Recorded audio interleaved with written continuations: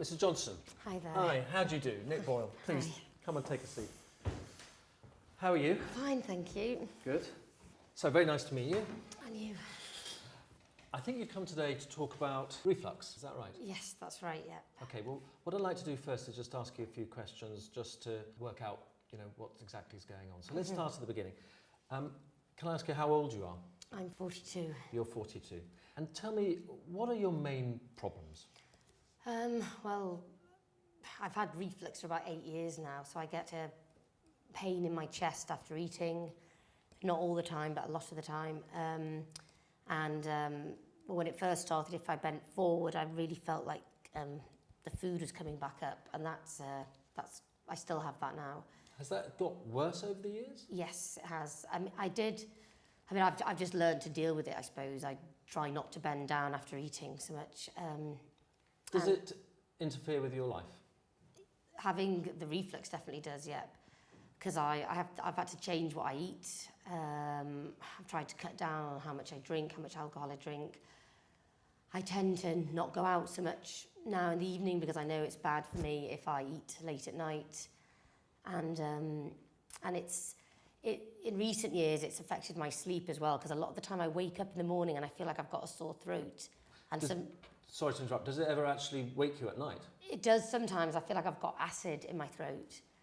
And sometimes I get up and take some Gaviscon, and so obviously it's a bit disruptive. Okay, so you're saying to me that you get food and acid regurgitating up into your mouth, and did you say you also get burning in your chest? I do, and although it did get better when I started taking omeprazole. And when was that? Well, I first started taking it 8 years ago. Yeah, okay. But then, and it did work, I still got the regurgitation, but the chest pain definitely got better.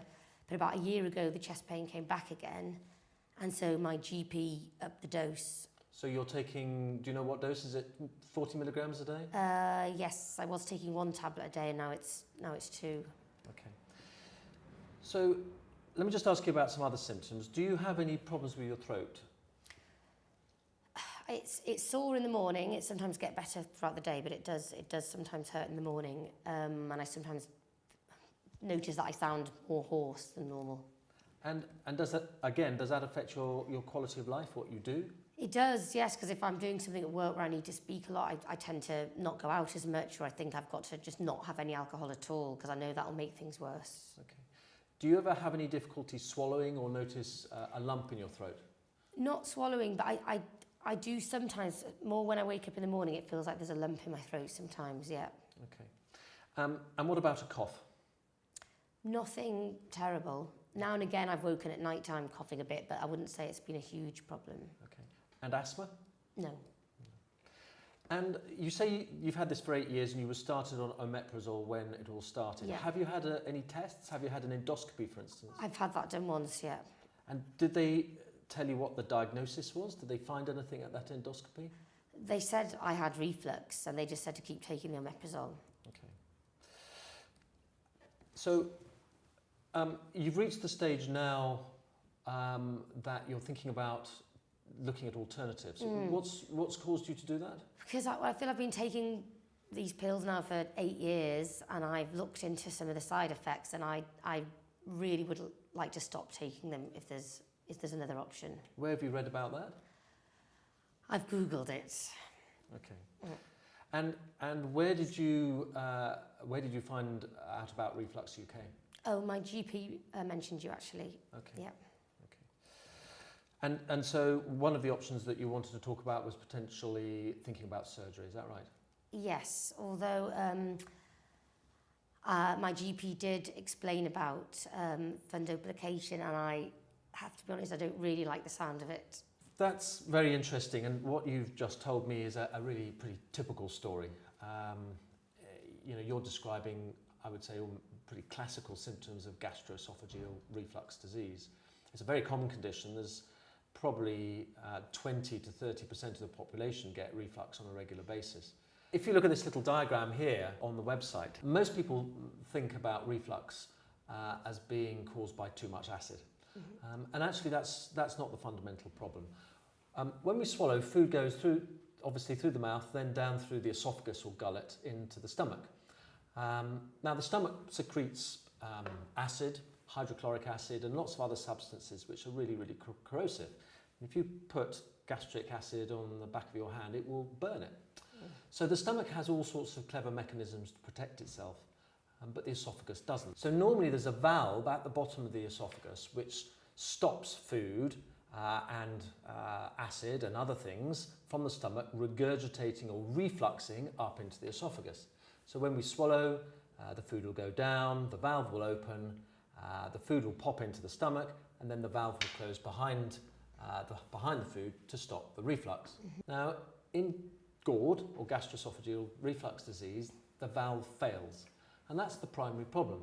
So, when you've got gravity on your side, you're standing up during the day, most people tend to experience less problems than when they bend over or at night time, just as you've described. So, the options really fall into three categories. The vast majority of people will change their lifestyle, and in the way that you have. They'll change what they eat. They'll change when they eat, reduce alcohol or modify the things that they eat in order to try and prevent their symptoms. But that doesn't work for many people, and it's the next step usually is to take these high-dose antacid drugs. The PPIs, proton pump inhibitors, and omeprazole is one of those. Across the world, millions of people take these drugs, and they're very effective antacids. But the problem is not only do they have some potential side effects, but also actually probably 20 to 30% of people who take them to cure their reflux still get their symptoms. And the reason for that is it's not actually addressing the fundamental problem. The valve, it's not fixing the valve, so that's why you continue to get the regurgitation symptoms. Yeah. And why your voice is probably being affected, because you're still getting stuff from the stomach coming up and affecting the voice box. It might not be so acidic, but it's still getting there. Yeah. So it's in that group of patients, and I guess you're probably one of them, who potentially could benefit from surgery. Now, you've read about surgery, have you? What have you read?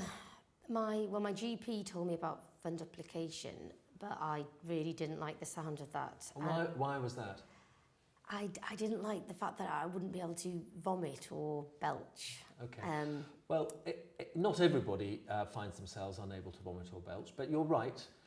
The most common operation at fundoplication, I can show you on this little diagram, it essentially is a keyhole operation, and it involves wrapping a bit of the stomach around the bottom of the esophagus to make a new high pressure zone.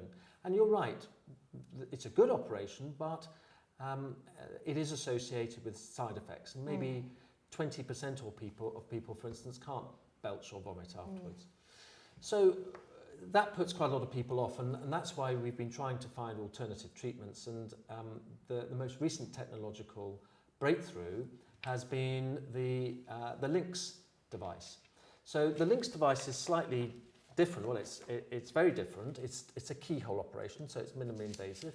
Majority of people can have the operation done as a day case, so they're in and out of hospital on the same day. Oh, right. And what it involves is placing a little bracelet of magnetic beads around the bottom of the esophagus. So it sits around the bottom of the esophagus, you can see on this diagram. And when you swallow, the food will go down the esophagus, and the pressure in the esophagus will open the magnets and allow the food to pop into the stomach, and then the magnets will close behind and close the esophagus behind the food. Actually, probably about 5,000 people worldwide have had this operation since it was first done 8 years ago.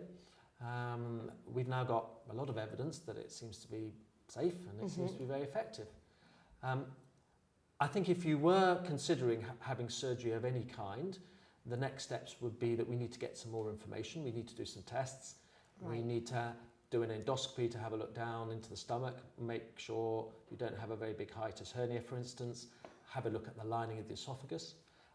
I think we'd also want to assess formally just how much acid or other reflux you're getting, and we'd also want to check that the esophagus was working normally, the nerves and the muscles are working normally. So we'd need to do some tests. That would involve placing a little tiny tube down into the esophagus and measuring those things over 24 hours. So I guess the question for you that you have to answer is just how much is this affecting your quality of life? Interestingly, I see from the questionnaire that you filled out beforehand, we ask all our patients to fill out, that you do score quite highly in terms of how it's affecting your quality of life. So, you know, all operations carry risks. Yeah. Even though it's a keyhole operation, we're still operating inside the abdomen, so there are risks. And I guess you've probably read about those on the Reflux UK website. Yes, yeah, no, I have, yeah.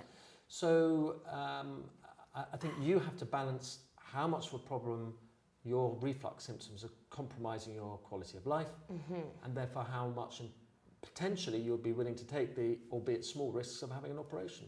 Yeah. No, I am very interested in this, and I think I would like to go ahead with the tests at least. Okay, well that's perfect. What I will do is I'll arrange for you to come in for the endoscopy, which I'll perform myself. I'll also arrange for you to have the esophageal test. You might want to read a little bit more about LINX with that pamphlet, and when you've had the test, we'll meet again, and then should be in a position to decide what you would like to do. Okay, thanks. Very nice to meet you. Thank you.